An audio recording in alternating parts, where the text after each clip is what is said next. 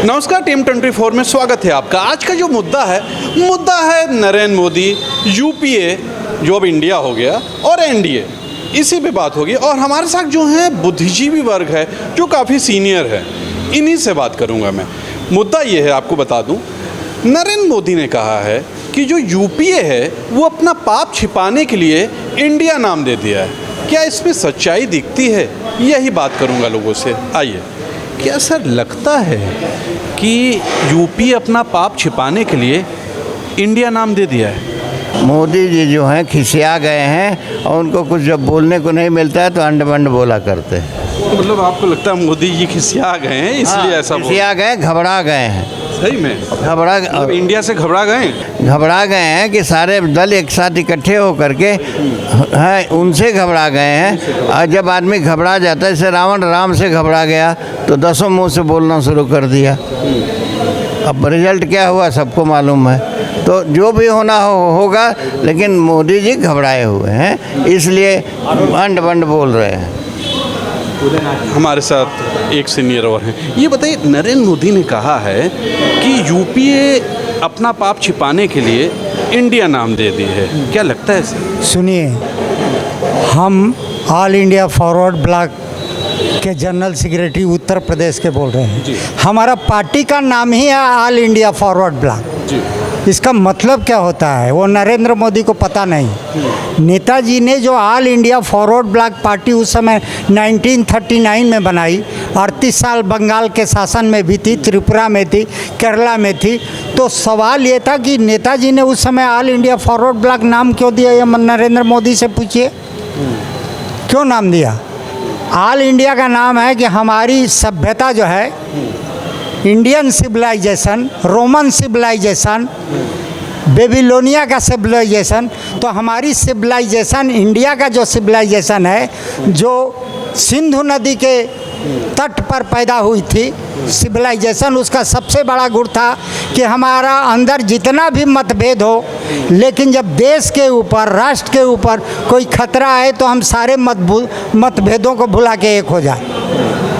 तो मतलब आपको नहीं लगता कि वो कहीं ऐसे कोई पाप छुपाने के लिए इंडिया नाम? देखिए, जो खुद सुनिए, एक बंगला की कहावत है कि चोरेर माए गला भारी।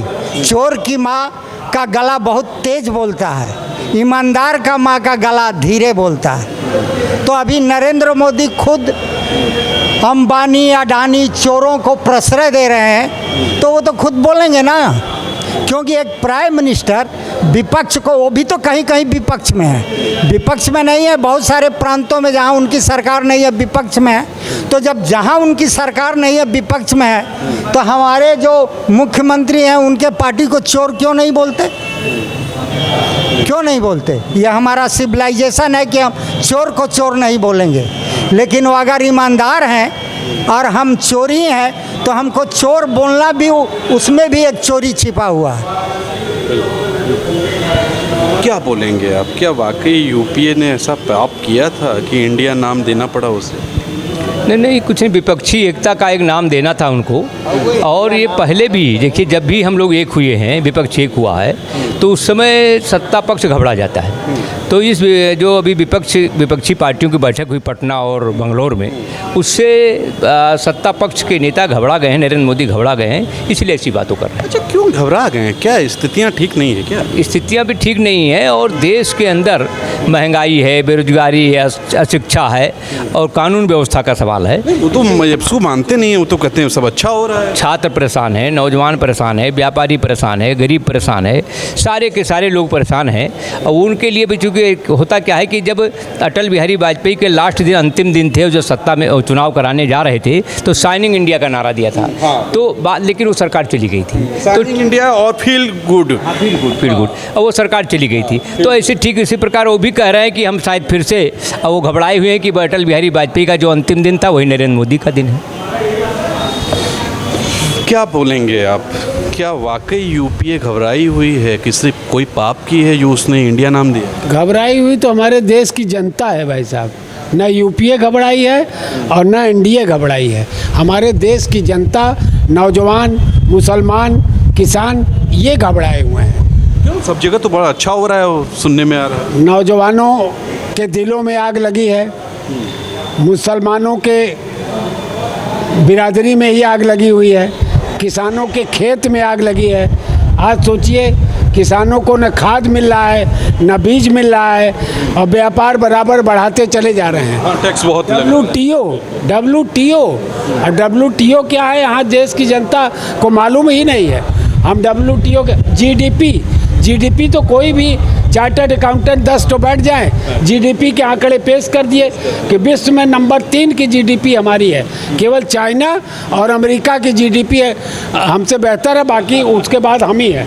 मतलब नंबर 3 का हम पूंजीपति देश हैं। जहाँ तक सवाल उठता है, नौजवान, हमारा नौजवान करा रहा है, हमारा किसान रो रहा है, हमारा मुसलमान दिल की धड़कनें रोज़ घट और बढ़ रही हैं।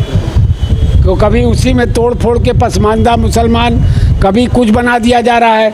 कहने का तात्पर्य है कि हमारा लोकतंत्र ही खतरे में है। ये इनका कहना है कि लोकतंत्र खतरे में है। और लोगों से बात कर, क्या कहेंगे आप? यूपीए ने कोई पाप किया है? अपना पाप छुपाने के लिए इंडिया नाम दिया है, मोदी जी कहते हैं। ऐसा नहीं, मोदी जी सही नहीं कहते हैं। मोदी जी बिल्कुल सही नहीं कहते हैं। अब मोदी जी देशे बेच रहे हैं। देखिए, 11 हवाई अड्डा अकेले उसको दे दिया, कौन है, अडानी को दे दिया। तो सब देशे बेच रहे हैं। जब जवाहरलाल जी ने चार्ज लिया था तो उस समय देश भूखा और नंगा था, सभी जानते हैं। कुछ नहीं बेचा उन्होंने, इधर उधर से मांग के कुछ इंतजाम किया। लेकिन ये जो है, ये तो देशे बेच रहे हैं, जबकि सब कुछ देश में है। देश बेचने का कोई औचित्य नहीं है। और अगर गलती से आ गए, अब इनकी मतलब विपक्षीय एकता बिखर गई, अब ये आ गए तो पूरा बच पाना मुश्किल है देश का।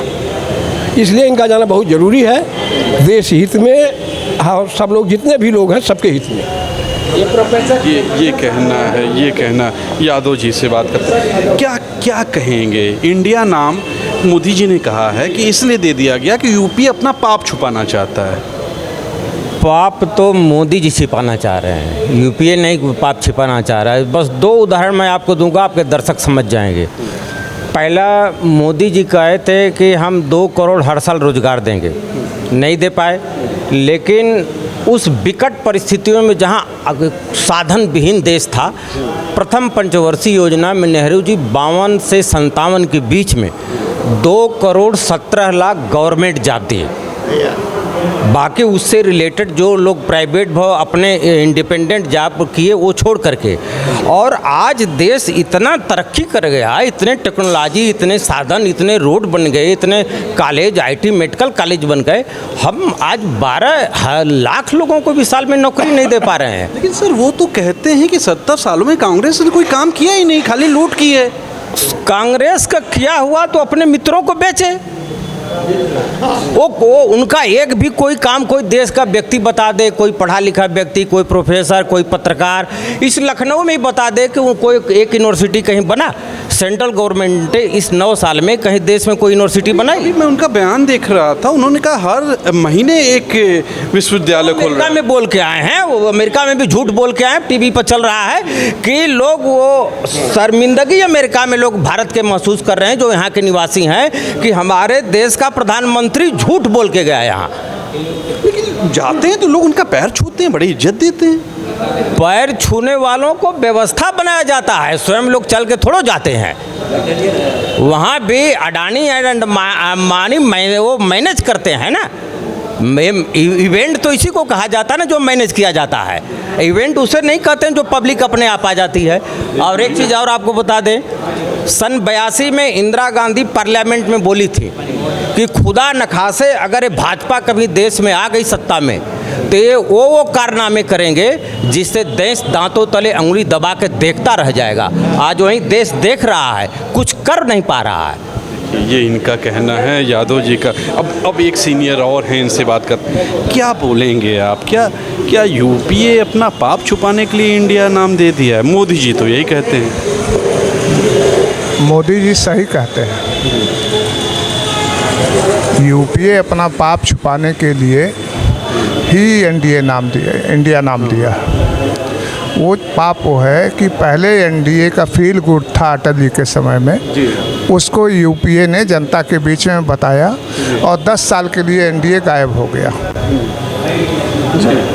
अब मोदी जी ने जो 10 सालों में फील गुड कराया है देश की जनता को, जो बेरोजगारी बढ़ी है, किसानों की दुर्दशा बढ़ी है, वनवासियों की दुर्दशा बढ़ी है, वनाधिकार कानून आया है, श्रम का कानून आया है, कृषि का कानून आया है, गरीबों से 67% जीएसटी जो 12-14 लाख करोड़ रुपए, और उनको 1 लाख 1.5 लाख करोड़ रुपए का 80 करोड़ लोगों को अनाज 5 किलो दिया जा रहा है, इसकी सीना पीटा जा रहा है।